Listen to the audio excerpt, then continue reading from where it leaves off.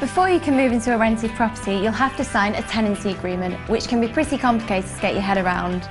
Every tenancy agreement is unique, so it's essential to read through very carefully so you know exactly what you're agreeing to. However, there are some general things that are useful to consider.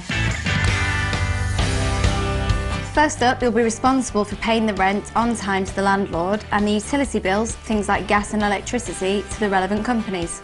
It's your job to look after the property and report any repairs or damage immediately to the landlord, otherwise you may be liable. It's important you hand the property back as you found it, apart from fair wear and tear. A good idea is to take pictures before you move in and then again when you move out to prove everything is the same. And if you plan to have a party, let all your neighbours know in advance. The landlord, meanwhile, is responsible for maintaining the structure of the property, making sure it's not going to fall down, along with the pipework, heating, electrics and sanitary items like the bath, shower and sink.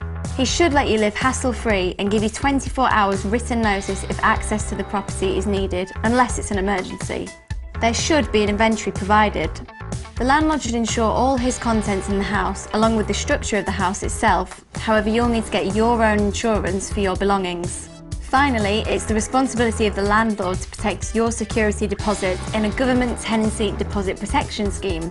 Check with the agent or landlord where your deposit has been protected.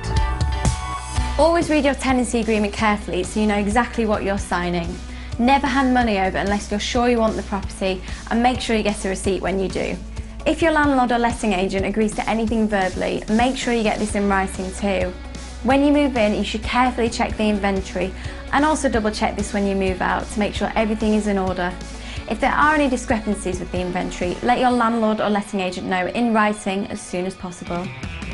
If you need some extra help, get in touch with the Student Hub. These guys can help with any problems you have. And before you sign anything, they can go through your tenancy agreement to make sure you understand everything.